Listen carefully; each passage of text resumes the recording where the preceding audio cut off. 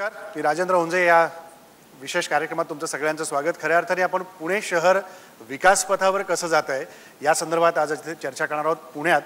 कारण पुण्यातला जुनं पुणे, नवीन पुणे हे जेव्हा आपण इतिहासाचे दाखले देत समजून घेतो आणि समजून घेत असताना विकासाच्या टप्प्याविषयी चर्चा करायला लागतो, त्यावेळेला अनेक समस्या आणि अनेक प्रश्न समोर उभे राहतात. विकास करताना सोडवायचे कसे या अनुषंगाने विद्येचं माहेरघर, ऑक्सफर्ड ऑफ ईस्ट,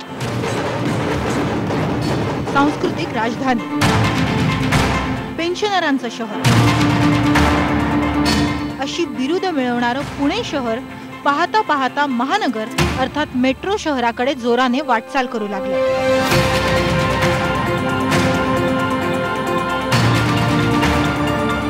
देशातलं वेगाने वाढणारं 8वं शहर असलेलं पुणे चौफेर वाढतंय. पण हा विकास आहे का सूज असा प्रश्न पडावा अशी स्थिती आहे.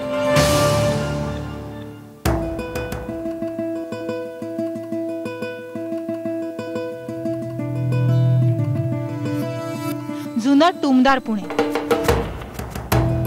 उबदार हवामान, जुने वाडे, हिरव्यागार टेकड्या, सुरक्षित पुणे हे आता चित्रातून केवळ आठवणीत राहिलंय की काय हा प्रश्न पडावा.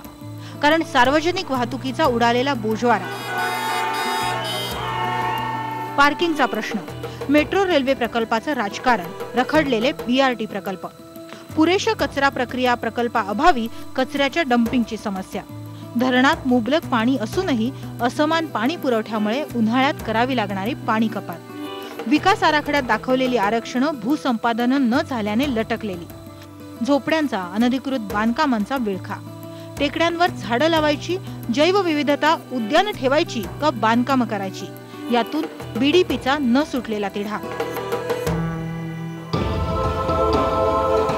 एकेकाळी शहराच्या मध्यातून शांत वाहणारी मुठा नदी मैला मिश्रित पाण्यामुळे गटारगंगा बनली आहे. राज्य, देश नव्हे तर परदेशातून विद्यार्थी शिकायला येत असल्यानं आणि इन्फॉर्मेशन टेक्नॉलॉजी, बायोटेक्नॉलॉजी, ऑटोमोबाईल इंडस्ट्रीमुळे रोजगार वाढतोय, विकास होतोय हे निश्चित. आता मेट्रो प्रकल्प यार्डातून बाहेर आलाय, नवीन विमानतळाची जागा ठरली, स्मार्ट सिटी प्रकल्पात शहराची निवड झाली, नदी सुधार, जायका प्रकल्प मार्गी लागला. पण वाढतं बकालीकरण आणि गुन्हेगारीमुळे पुण्याची मुंबई होणार नाही ना हीच चिंता पुणेकरांना भेडसावते. आपण बघतोय की आता कालच्या परवाचं उदाहरण द्यायचं झालं तर हिरवगार पुणे नेहमी आपण पाहतो. आता ज्या ठिकाणी आपण कार्यक्रम घेतो इथेच बाजूला विद्यापीठ रस्ता आहे, त्या रस्त्यावरची झाडं तोडू नयेत म्हणून पुणेकर सगळे झाडाखाली अंथरूण पांघरून घेऊन येऊन रात्रभर बसले. तर एकीकडे प्रशासन म्हणतंय आम्हाला BRT साठी रस्ता हवाय त्यामुळे झाडं तोडायची. त्यामुळे अशा पेचात सापडलेलं पुणे विकास पथावर कसं न्यायचं हा सगळा कळीचा मुद्दा या चर्चेत असणार आहे. कारण या चर्चेचा विषयच आपला आहे की जुने पुणे, नवीन पुणे, एक प्रवास. या चर्चेत मी स्वागत करतो पालकमंत्री पुण्याचे गिरीश बापट यांचं, नीलमताई गोरे शिवसेनेच्या प्रवक्त्या, अंकुश काकडे राष्ट्रवादी काँग्रेसचे प्रवक्ते आपल्यासोबत आहेत, डॉक्टर गुंडू सब्दे MD आहेत ॲरिस पॉलिमरचे, आणि एकूणच सगळ्या पुण्यातल्या विकासावर शाश्वत विकासाच्या दृष्टीने पावलं कशी टाकायची ते आपल्याला सांगतील. आपल्यासोबत किरण अवतडे आहेत ॲरिस पॉलिमरचे, त्यांच्याकडूनही आपण काही गोष्टी जाणून घेणार आहोत की नवं पुणे बदलताना जी मेट्रो येते आहे, BRT येते आहे, त्यामुळे एक तरुण म्हणून त्यांना पुण्याकडे बघताना कसं वाटतं. विश्वास सोनकर आपल्यासोबत आहेत, त्याच्याकडून आपण ॲग्रिकल्चरच्या संदर्भामध्ये पुण्याकडे बघताना आजूबाजूला कशा दृष्टीने आपण पाहायला पाहिजे हे आपण त्यांच्याकडनं जाणून घेणार आहोत. सुरुवात भाऊ तुमच्यापासूनच. अर्थात जुनं पुणे जिथून तुम्ही आता प्रतिनिधित्व करताय हे सगळ्यांनी पाहिलंय, तुम्ही तुमच्या लहानपणापासून पाहिलंय, आणि आता पालकमंत्री म्हणून या शहरात असताना नवीन पुणे हे तुम्ही पाहताय भविष्याचं, काय प्रवास असणार आहे? जुनं पुणे हे तर वेगवेगळ्या अर्थाने चांगलं होतं आणि आहे.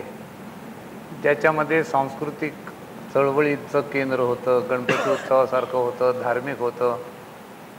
पुरानंतर पुण्यात बदल होऊ लागला आणि प्रामुख्यानं राहणीमान आणि बाहेरची लोक इथं शिक्षणा नोकरी करता येण्याचं प्रमाण हे खूप वाढलं. लोकसंख्या पुण्याची वाढली, म्हणजे जी 5-7 लाखावरती ती आता 40 लाखावरती पुण्याची लोकसंख्या गेली. पण पुण्याचं एक आगळं वेगळं पुणेरी पण आहेच, आणि ते काय आहे हे शब्दाच्या पलीकडचं आहे, आणि म्हणून पुण्याबद्दलचं प्रेम लोकांना सोडवत नाही. पण आता हे नैसर्गिक आहे असं होणं, आणि म्हणून हे होत असताना प्रगती आपण एकीकडे करत असताना पुण्याचं पुणे पण ठेवणं, म्हणजे विशेषतः आता जुने वाडे लायला गेले, सगळीकडे अपार्टमेंट आपल्याला दिसतात, पण तरीही अनेक ठिकाणी अशी घरं आणि वाडे आहेत की जे अजूनही पाहण्यासारखे आहेत. म्हणजे शनिवारवाड्यापासून जुन्या पुण्यातलं जर आपण पाहिलं तर, त्यामुळे संस्कृतीचा ठेवा असणारा आहे. तसं म्हटलं तर लोकमान्य टिळक आणि आगरकरांपासून शिक्षणाचं माहेरघर होतंच आणि आजही आहे. आता जागा वेगळ्यांनी घेतल्या, पण तरी शिक्षणाचा केंद्रबिंदू परत आजही देशात पुणे आहे. म्हणजे पुण्या एवढे बाहेर गावचे, राज्यातले किंवा परदेशातले विद्यार्थी आज दुसऱ्या कुठल्याच ह्याच्यात नाही. जवळजवळ 2-2.5 लाखाच्या पुढे हा आकडा जातो की केवळ शिक्षणाकरता आणि IT च्या माध्यमातून नोकरी करता इतके बाहेरचे आले. त्यामुळे जुनं पुणं हे चांगलं होतं, पण परिस्थितीनुसार काही रस्ते रुंद होणं, अशा ज्या समस्या आहेत त्या पण अनिवार्य आहेत आणि त्याही करायला पाहिजेत असं मला वाटतं. पण गावठाण वाढ हा त्याच्यावरचा मार्ग नाही. तर पुणं जसं वाढते तसं चारही बाजूला रस्ते, पाणी, इन्फ्रास्ट्रक्चर ज्याला म्हणतो ते पण वाढलं पाहिजे. पण निलमताई, ज्या प्रकारे आपण बघतोय पुण्यातले प्रमुख प्रश्न जर घेतले तर आत्ता वाहतुकीची समस्या पुण्यावरती आवासून उभी आहे. BRTचा मुद्दा आहे. BRT तयार आहे, रस्ते आहेत, दरवाजा उजवीकडे का डावीकडे या वादात BRT अजूनही अडकलेली दिसते. कसं पुणे डेव्हलप झालं पाहिजे? मेट्रो येऊ घातलेली. पुणे शहर जुनं आणि नवं मी विचार करते तर पुणे शहरामध्ये अनेक विचाराचे प्रवाह राहिलेले आहेत. परंपरावादी आहेत, नवतावादी आहेत. खवय्यांचं पुणे आहे आणि डाएट करून प्रचंड स्वतः निर्बंध घालणाऱ्यांचं पण 3:30 वाजता पर्वतीवरती जाणाऱ्यांचं पण पुणे आहे. शिक्षणाचं माहेरघर पुणे आहे, तसं पेन्शनरांचं पुणे होतं ते आता हळूहळू IT चं पुणे होत चाललेलं आहे.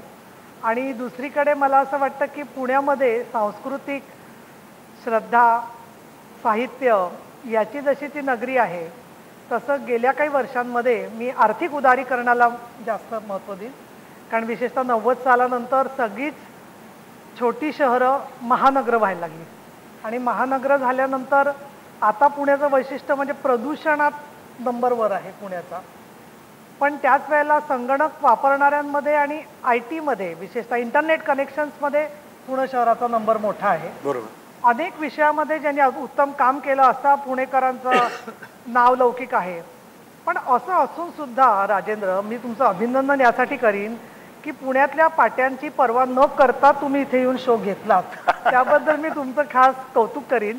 आणि उगाच आमची बदनामी करता तो नाही, म्हणून त्याच्यातनं बाहेर जाऊन थोडंसं विकास पथावर जावं म्हणून ही चर्चा आपण करतोय. सगळ्या महाराष्ट्राला स्वीकारणारं अशा प्रकारचं दुसरं शहर नाहीये. अंकुश काकडे आपल्या सोबत आहेत. अंकुश काकडे, जसं निलमताई म्हणतात की मराठी पुणे असलं पाहिजे, पुण्याचा वारसा, पुण्याची संस्कृती, पुण्यातला उत्सव, पुण्यातला उत्साह, सगळ्याच गोष्टी एकमेकांना जोडून आहेत.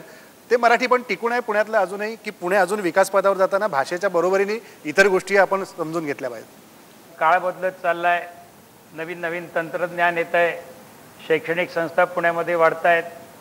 आज पुण्यामध्ये देशामध्ये नाही तेवढी अभिमत विद्यापीठं पुण्यामध्ये आहेत. एकूण 18 विद्यापीठासाठी चांगलं आहे की नाही? चांगलं आहे. मी पुण्याचा वाढ झाली पाहिजे, विकास झाला पाहिजे, इन्फ्रास्ट्रक्चर वाढलं पाहिजे, या सगळ्या गोष्टी आहे. पण तुम्ही जुनं पुणे आणि नवीन पुणे याच्यामध्ये म्हणता तेव्हा हे फरक माझ्यासारखा पुणेकर हा निश्चितच जुन्या पुण्याला प्राधान्य देईल. पुणे शहर ह्याच्यामध्ये पूर्वी सायकलिंगचं प्रमाण खूप मोठं होतं आणि आता दुचाकींचं प्रमाण आणि 4 व्हीलरचं प्रमाण वाढलंय. दुसरं, महिला दुचाकी चालवणाऱ्यांमध्ये पुण्यात संख्या माझ्या माहितीप्रमाणे, किंवा ती नसली चुकीची तरी मी तसंच म्हणणार की भारतात जास्त आहे. मोटरसायकलची संख्या ही देशात 1 नंबरचं पुणे शहर म्हणूनच त्याला ओळखलं आणि आहे, आशिया खंडामध्ये 1 नंबर आहे. दुसरं असं, माझी आजी 42-44 सालाच्या सुमाराला नऊवारी साडी नेसून लकडी पुलावरून सायकलनी जात असते. आणि आमची दुसऱ्याही काही नातेवाईक महिला कॉलेजमध्ये त्या काळात नऊवारी साडी नेसून सायकलवरून जात होत्या. म्हणजे पुणे शहर जे आहे ते एका बाजूला श्रद्धा परंपरा मानणार असलं तरी कुठल्या बाबतीतले आग्रह सोडायचे आणि कुठल्या बाबतीमधले आग्रह ठेवायचे याच्याबद्दल सुद्धा पुणेकर परिवर्तनशील आहेत असं मला वाटतं. अगदी खरं आहे. परत परिवर्तनशील पुणेकर आहेत, त्यामुळे पुण्यात होणारे वेगवेगळे बदल देखील आपण बघतो. डॉक्टर गुंडू साहेब, मला तुम्हाला हाच विचारायचा मुद्दा की जेव्हा पुणे शहराचा विकास आपण विचार करायला लागतो तेव्हा तो शाश्वत दृष्टीने कसा केला पाहिजे? एक सस्टेनेबिलिटीकडे जाताना आपण त्याचा विचार कसा केला पाहिजे? कारण आता त्याची जास्त गरज आहे. मी 1981 साली लातूरवरनं पुण्यात आलो आणि एका रम्य शहरामध्ये आल्यासारखं मला वाटलं. त्यानंतर मी 20 वर्ष बाहेर देशात होतो आणि 2009 साली मी पुन्हा वापस पुण्यात आलो. 2009 साली आल्यानंतर ऑटोमोबाईल आणि IT इंडस्ट्रीमध्ये जी प्रोग्रेस केली होती पुण्याने ते अगदी वाखाणण्याजोगे. आणि त्याशिवाय मला दुसरे 2 अनुभव आले 2009 साली. मी ज्यावेळेस नदी क्रॉस केली त्यावेळेस मला जिथे दुर्गंधी जाणवली ते मला खूप आश्चर्यकारक वाटतं, कारण त्याच्यात मी बरेच वर्ष नव्हतो इथे आणि मला त्याची सवय राहिली नव्हती. दुसरं, मी पुणे रेल्वे स्टेशनवरनं हैदराबादला प्रवास करत होतो आणि स्टेशनवर गेल्यानंतर जे अस्वच्छता जाणवली त्यावेळेस असं मला वाटलं की खरोखर आपली प्रगती होते का. आणि उंच बिल्डिंग झाले आणि मोठी गाडी घेतली म्हणजेच आपली प्रगती झाली का. याच्यासोबतच जरी उंच बिल्डिंग आणि हे सगळं आवश्यक असेल तर ही प्रगती शाश्वत प्रकारे होऊ शकते का. आणि मागच्या 7 वर्षापासून आम्ही त्याच्यावर काम करत आहोत, विचार करत आहोत. आमच्या कार्यातून त्याला काही हातभार लावलेला आहे. डिझेल जनरेटरच्या ऐवजी आम्ही सोलार लावून हवेतलं प्रदूषण काही प्रमाणात कमी केलेलं आहे. आणि त्याशिवाय म्हणजे विचार असा येतो की आपण याबद्दल काय करू शकतो. तर एक सोपा उपाय एक आहे की पुण्यात लाखो 2 व्हीलर आहेत. मला वाटतं ती संख्या काहीतरी 20-25 लाख आहे. हां, ओके. तर इथे जर आपण इलेक्ट्रिकल 2 व्हीलर वापरले तर आणि इलेक्ट्रिकल 2 व्हीलर आपण पुण्यातच बनवले तर म्हणजे नोकरी पण होईल, लोकांना जॉब्स मिळतील खरं आणि हवेचं प्रदूषण कमी होईल. दुसरं, आपल्याकडे जो कचऱ्याचा प्रश्न आहे त्या कचऱ्यापासून आपण वीज बनवली तर आणि ते विजेसाठी रॉ मटेरियल म्हणून आपण वापरायला लागलो तर ते कचरा रस्त्यावर राहणारच नाही. तो मोठा पेच आहे पुण्यातला. कचरा कोंडी नेहमीच पुण्यात बघायला मिळते. हो, आणि कचरा कुंडी बघायला मिळते. हवेचं प्रदूषण सुद्धा सकाळी पाहायला मिळतं. तुम्ही फिरायला जा सकाळी, घरी आपण 2.5 पार्टिकल फिल्ट्रेशनचा AC लावतो. आता रस्त्यावर फिरताना कसला फिल्टर लावणार आहोत. तर प्रदूषणाचा विषय पण तेवढाच महत्त्वाचा आहे जो आपल्याला दररोजच्या जीवनात जाणवत नसेल तरी आपल्या आरोग्यावर त्याचा परिणाम आहेच. खरं आणि आरोग्यावर या सगळ्या गोष्टीचा परिणाम होतोय.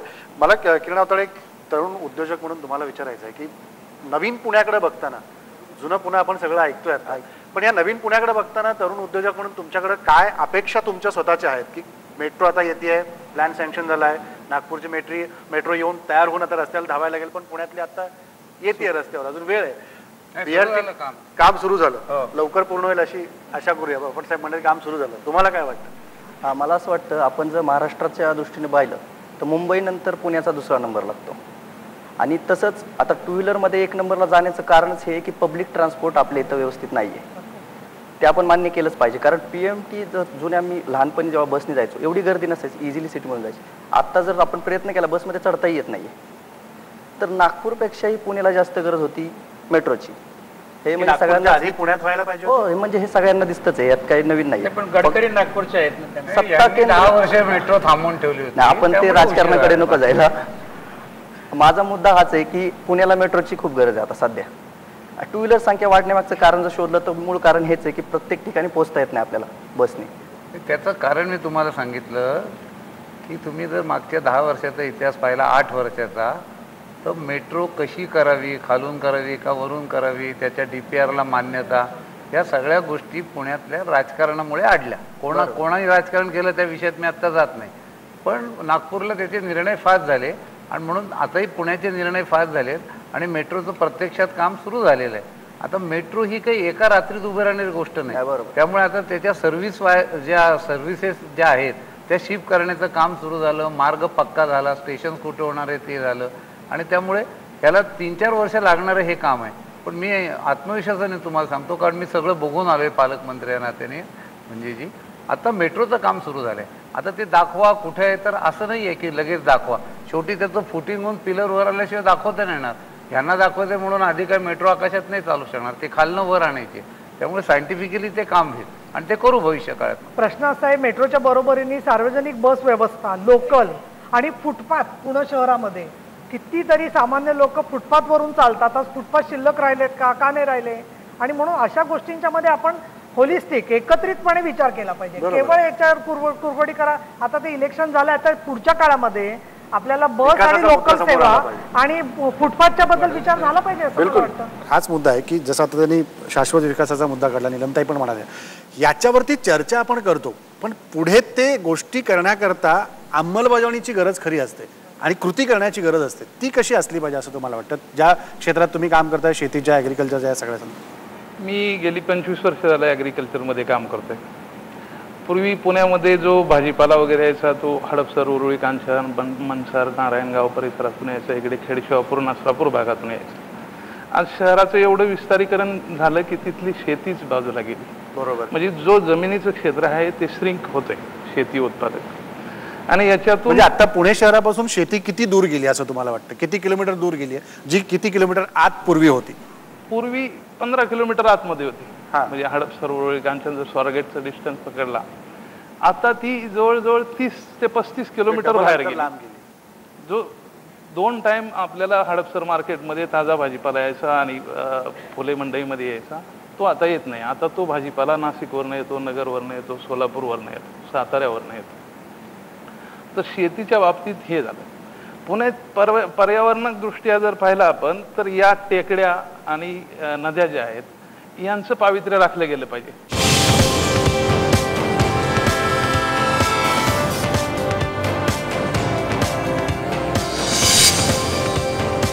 टेकड्यांवरती होणारं अतिक्रमण आणि टेकड्याचं जाणारं हिरवगार सौंदर्य आणि जी शहरातून वाहणारी नदी आहे, हिचं जे सगळं गटारंगा म्हणून ओळख त्याची झालेली आहे, त्याला कसं तुम्ही सुंदर करणार, त्याला स्वच्छ कसं करणार? नाही, याच्यात 2 भाग आहेत.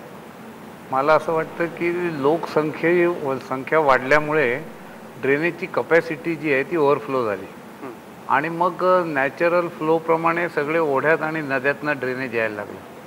आणि म्हणून गेले काही दिवस प्रयत्न चालला होता. आता जायकाच्या माध्यमातून आणि नदी सुधार योजना ह्याच्यातनं आपण ह्या नद्या स्वच्छ करण्याचं करतो आणि लोकांना सोय उपलब्ध करून दिली पाहिजे.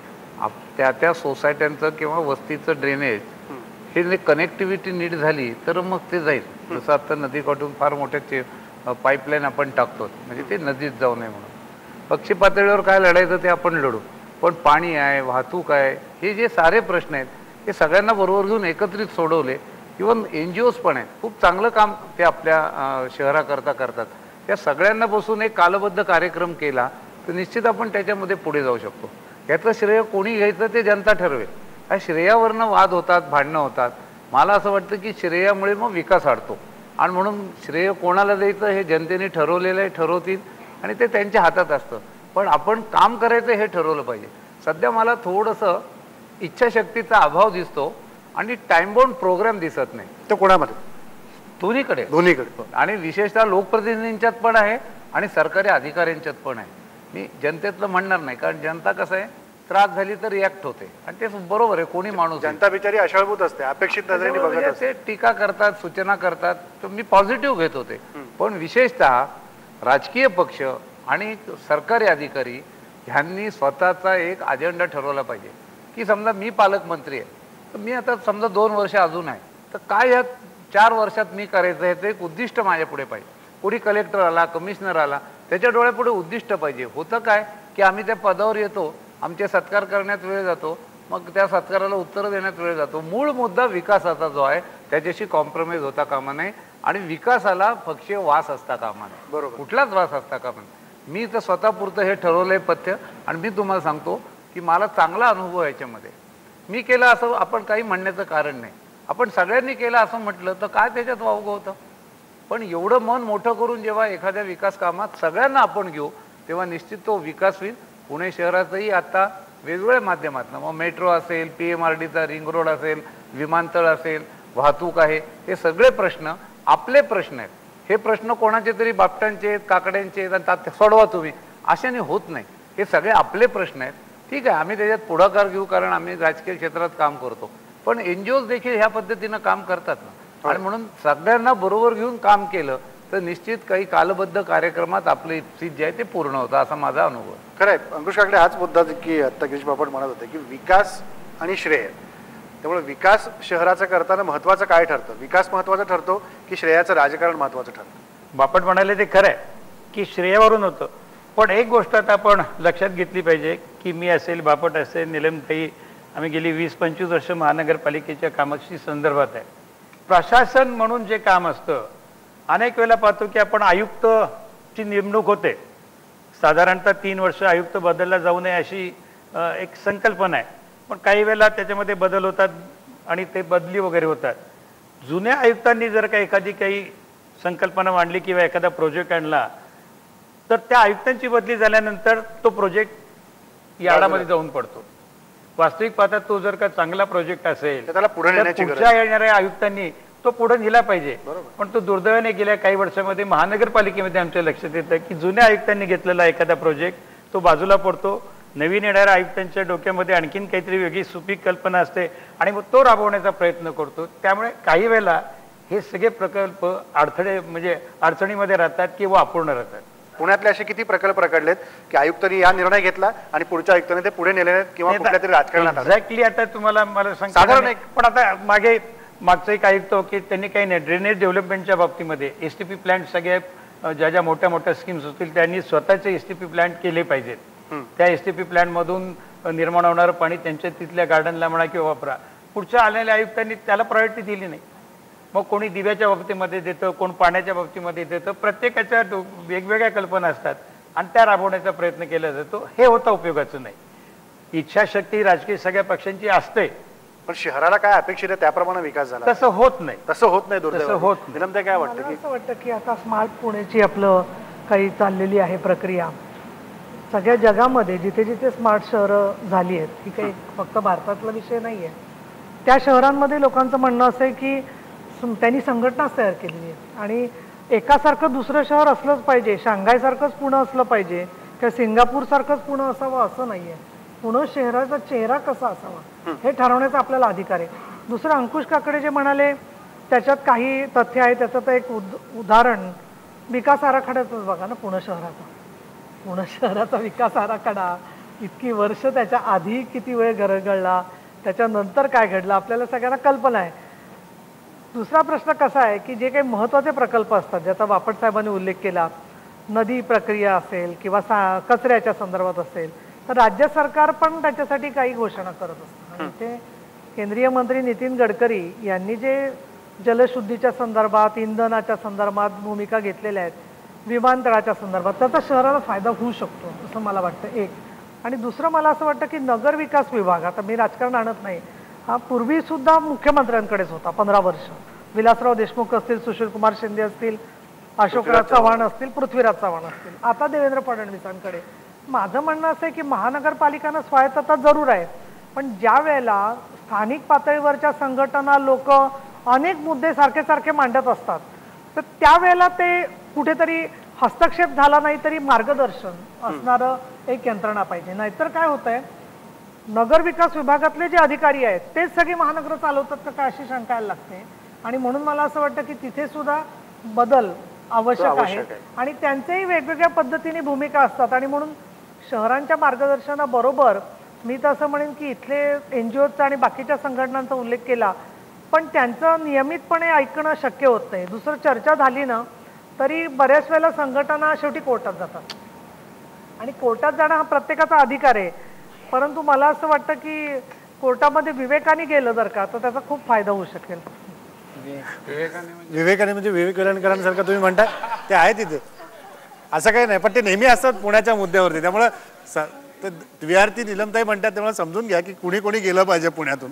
पण हा सगळा मुद्दा येत असताना की एक किरण अवताडे हा कळीचा मुद्दा जाणवतो की पुण्यामध्ये समस्या सोडवायला आपण जातो पण त्या तितक्याच वाढताना दिसतात. त्याची कारणं काय दिसतात? आपण जर बघितलं तर समस्या सोडवण्यासाठी ट्रॅफिक हा खूप मोठा प्रश्न आहे पुण्यासमोर. त्याच्यात तो सोडवण्यासाठी रिंग रोडचा प्रस्ताव मला वाटतं कित्येक वर्ष मी फक्त न्यूजपेपरला ऐकतो, रिंग रोड होणार आहे किंवा होईल. तो काय अस्तित्वात म्हणजे अजून पुढं काय झालं ते मलाही माहीत नाही, कारण न्यूजपेपरमध्ये बातमी येते रिंग रोडचा प्रस्ताव आलेला आहे वगैरे वगैरे, वाचला आपण, तिथून पुढे परत काय ते 2-3 महिने येत नाही. पण माहिती नसेल ना तर घेत चला. काय आहे की 96 का 94चा जो RP होता त्याच्यामध्ये रिंग रोड दाखवला होता, त्याच्यानंतर PMRD झालं, PMRD प्रत्यक्ष कार्यान्वित आत्ता आलं. आता रिंग रोडचा पूर्ण DPR सँक्शन होऊन त्याच्यावरची सजेशन्स ऑब्जेक्शन मागवून त्याचं काम सुरू होण्याच्या स्टेजमध्ये. त्यामुळे मला काय वाटतं की निदान आपल्यासारख्यांनी तरी, मला माहीत नाही असं करून चालणार नाही, तुम्ही माहिती घ्या, ही सगळी आहे वेबसाईटवर आहे. त्यामुळे हा रिंग रोड एवढ्याकरता महत्त्वाचा आहे की पुण्याच्या आत आलेली सगळी वाहनं पुण्याच्या बाहेरून जातील. बरोबर. आणि पुण्यातल्या वाहतुकीला अडथळा होणार नाही. त्यामुळे त्याच्यावर तर प्रायोरिटीने मी लक्ष दिलं आहे, कारण मी स्वतः PMRDचं काम पाहतो. आणि म्हणून पहिली काय प्रायोरिटी दिली असेल तर PMRDच्या माध्यमातून रिंग रोडला दिली. रिंग रोडचा नकाशा तयार झाला, काही 1000 ऑब्जेक्शन्स त्याच्यावरती आली, काही अतिक्रमण आहेत, गावठाण आहेत, पण आता त्याचं पुनर्वसन कसं करायचं वगैरे करून जवळजवळ माझ्या मताने तो 131 किलोमीटरचा रिंग रोड होणार आहे. आणि त्याचा पूर्ण आत्ता नकाशा आपल्याकडे तयार आहे. आणि पुढच्या काही महिन्यातच त्याचं प्रत्यक्ष काम आम्ही टप्प्याटप्प्याने लोकांना देणार आहोत.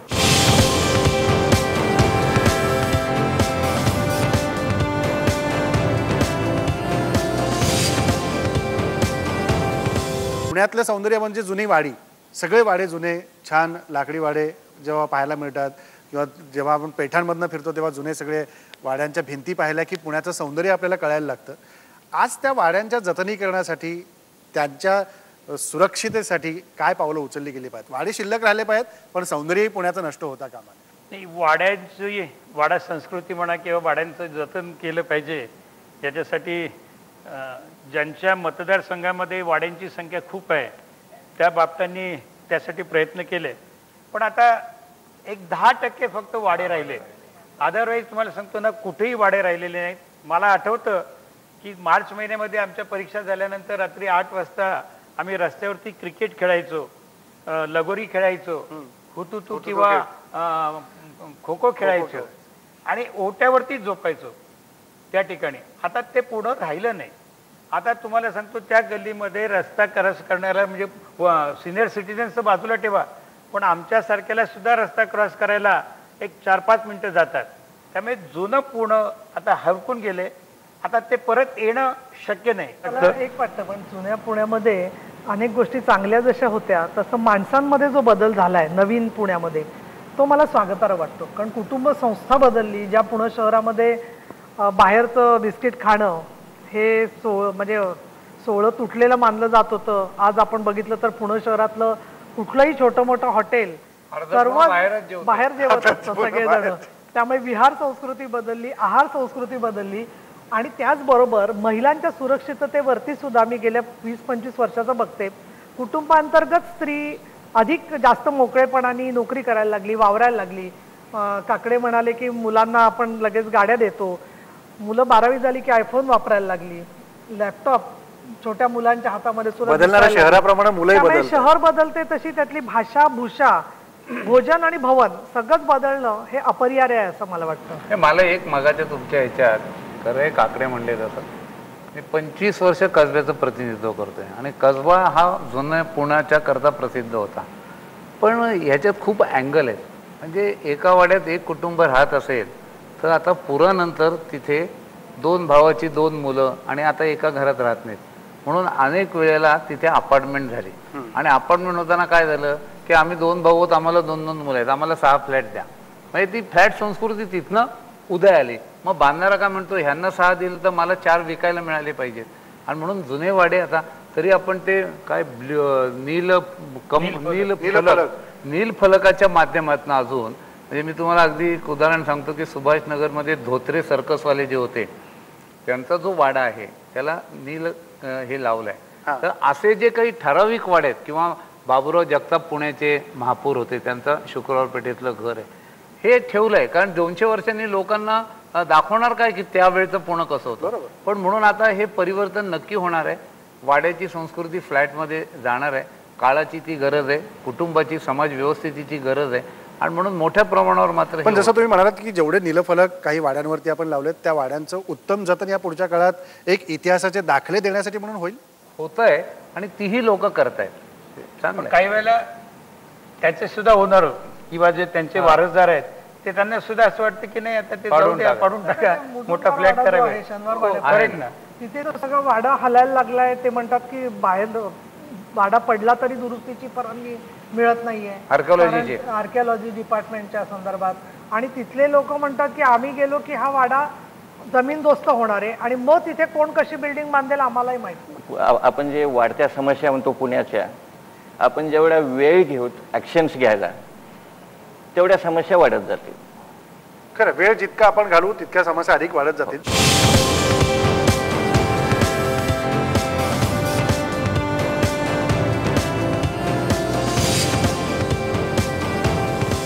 प्रेक्षकांमधले काही प्रश्न आपण व्यासपीठावरील पाहुण्यांना घेणार आहोत. मी प्रदीप देशमुख, राष्ट्रवादी काँग्रेस पक्ष. आता राज्य सरकार येऊन जवळपास 2-2.5 वर्ष झालेली आहेत. पुण्याला 24/7 पाणी पुरवठा आम्हाला कधी मिळेल? धरणातही पाणी चांगलं आहे, मागच्या वर्षी पाऊसही चांगला पडला आहे.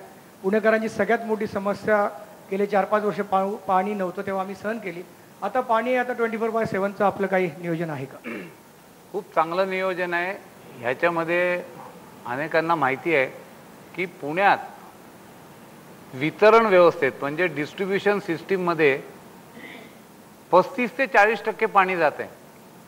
म्हणजे आपल्याला जे पुण्याला खडकवासल्यातनं पाणी मिळतं ओव्हरऑल वर्षाकरता, ते समजा एक 16 TMC म्हटलं तर त्याच्यातलं 4 TMC पाणी हे डिस्ट्रीब्युशन सिस्टीमचा लॉस आहे. नंबर 1. नंबर 2 असा आहे की मानवी स्वभावाप्रमाणे पाणी मिळणार नसेल तर साठवून ठेवण्याची प्रवृत्ती आहे आणि म्हणून आपल्याला 24/7 तातडीने जावं लागेल. आणि म्हणून त्याच्याकरता पुण्याच्या आयुक्तांशी बोलून सगळीकडनं आपण आता पुण्यात वेगवेगळ्या टाक्या उभारण्याची टेंडर पण पास झाली, कामही सुरू होईल. ह्या डिस्ट्रीब्युशन लाईन एका रात्रीत नाही बदलता येणार, कारण एकतर 50-60 वर्षापूर्वीच्या जुन्या आहेत आणि मग रस्ता खणावा लागतो, पाईपलाईन सगळ्या खाली आहेत. त्यामुळे प्रायोरिटीने आत्ता आपण पुण्यातल्या पाण्याचा प्रश्न हा प्राधान्याने घेतलेला आहे, तो आपण सोडवतोय. कामाला जितका वेळ लागेल तो मात्र आपल्याला द्यावा लागेल आणि भविष्य काळामध्ये, आणि मी तुम्हाला सांगतो पाणी वाचणार आहे. बापट साहेब, आपण म्हटलं कामाला जेवढा वेळ लागेल तेवढाच फक्त लागणार आहे. एक साधं उदाहरण आहे, SNDT टू पाषाण ही पाईपलाईनचं जे काम चाललंय फक्त 5 वर्ष चाललंय. 4 किलोमीटर पाईपलाईनचं काम आजही या हॉटेलच्या बाहेरच रस्ता बंद करून ठेवलाय. हा रस्ता गेल्या वर्षी वर्षभर बंद होता त्या पाण्याच्या पाईपलाईनला.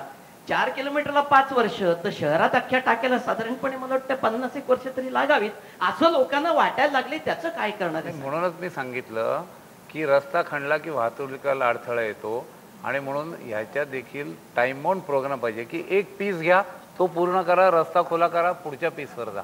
सायमल्टेनियसली सगळा ट्रॅक काही खणून ठेवता येणार नाही. आणि मी मगाशी कबूल केलं की निश्चितपणे ह्याच्यात दिरंगाई आहे, नियोजनाचा अभाव आहे, इच्छाशक्तीचा अभाव आहे. आपण हे काम लक्ष देऊन करून घेतलं पाहिजे असं मला वाटतं. आणि म्हणून पाण्याच्या टाक्यांपासून वितरण व्यवस्थेपर्यंत कालबद्ध कार्यक्रम करू. बरोबर आहे, काही अडचण नाही. पुढचा प्रश्न घ्यायचा ते फक्त विश्वास मी येतो तुमच्याकडे. आज पुण्यामध्ये जागतिक लेवलच्या जवळजवळ 13 संस्था आहेत, म्हणजे CDAC, NCL सारख्या बऱ्याच संस्था आहेत.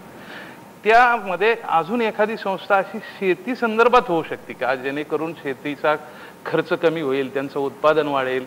आज निम्म पुन्हा तुम्ही म्हटलं मगाशी की बाहेरच जेवण करते, त्यांचा खर्च प्रचंड आहे.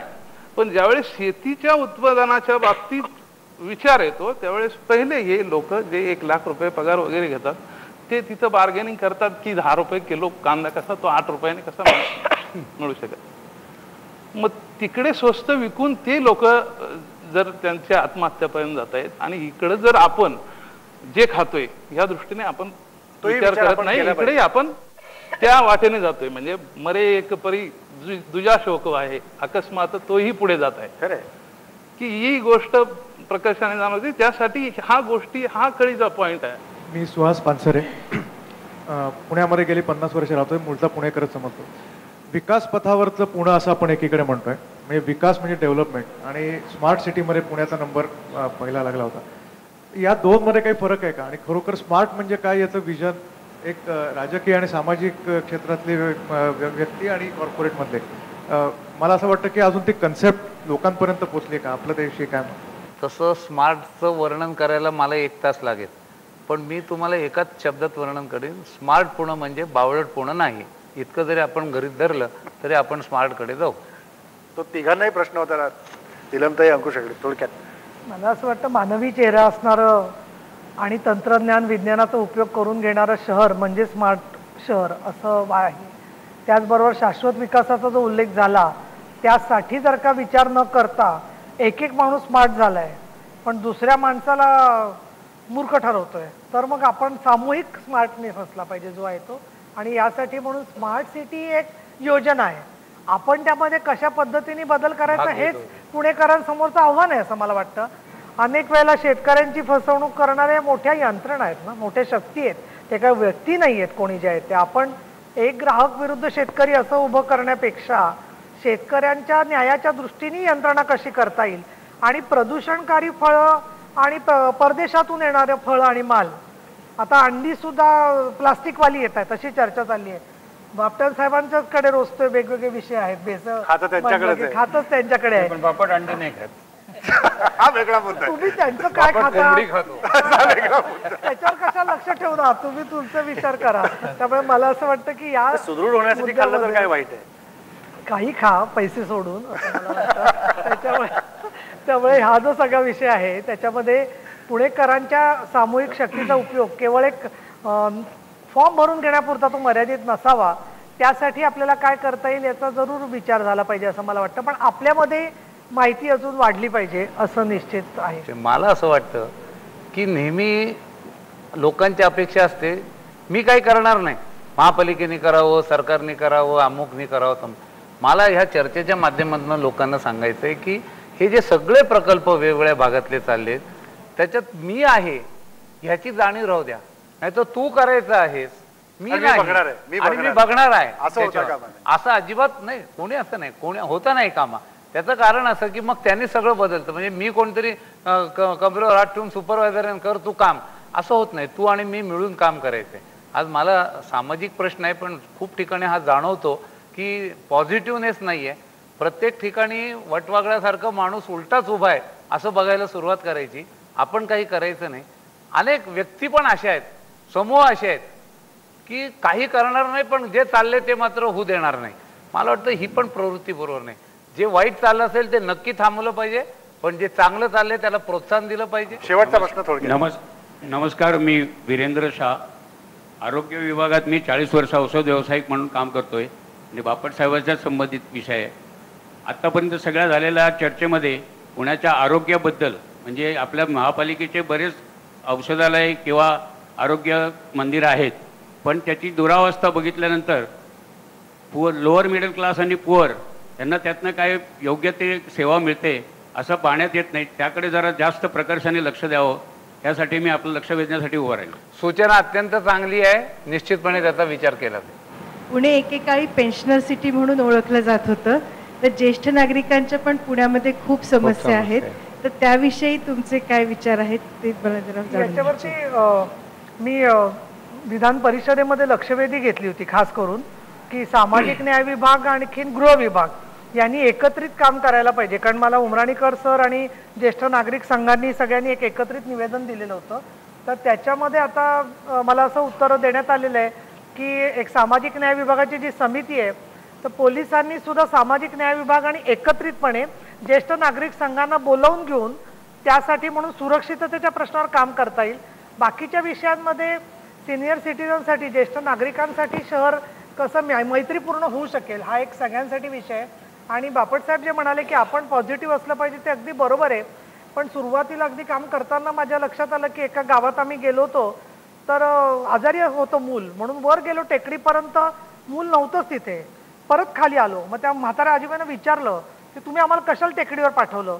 त्या बाईंनी सांगितलं की 50-60 वर्ष कोणीच माझ्याकडे आलं नव्हतं, त्यामुळे तुमचं काम आहे टेकडीवर जाऊन बघायचं म्हणून तुम्हाला पाठवलं, म्हणून ते आपल्याला सांगतात तुम्हीच करा म्हणून. तर हे सगळं पुण्याचं वेगळेपण आहे. दुसऱ्या परिसरात आपण बोलणार आहोत. पण ताई, तुम्ही जो प्रश्न ज्येष्ठ नागरिकांचा उपस्थित केला, पुण्यातलं ताजेपण कशात असतं ते सांगतो. मगाशी अंकुशांना बोलता बोलता म्हणाले की ज्येष्ठ नागरिकांना रस्ता क्रॉस करताना किती त्रास होत असेल तो आम्हाला होताना दिसतोय. म्हणजे अजूनही ते स्वतःला ज्येष्ठ नागरिक म्हणवत नाहीत. हे पुण्याचं ताजेपण आहे, हे खरं वैशिष्ट्य आहे. हे पुणे ताजं कसं आहे ते या दृष्टीने आहे, पुणे वातावरणाच्या दृष्टीने सुदृढ कसं आहे ते हे उत्तम उदाहरण अंकुश ठाकरेंच्या रूपाने आपण ऐकलं. धन्यवाद सगळ्या पाहुण्यांचे. तुम्ही आलात आणि या नवं पुण्यासाठी काय प्रयत्न केले पाहिजेत आणि जुनं पुणे कसं टिकवून ठेवलं पाहिजे या दृष्टीने आपण सगळ्यांनी चर्चा केली. या कार्यक्रमात तत्त या पहिल्या परिसंवादात इथंच थांबू आणि दुसऱ्या परिसंवादामध्ये पुणे शहरातल्या वाढत्या समस्या आणि शहरापुढच्या बकालीकरणाचे प्रश्न याविषयी चर्चा करणार. धन्यवाद.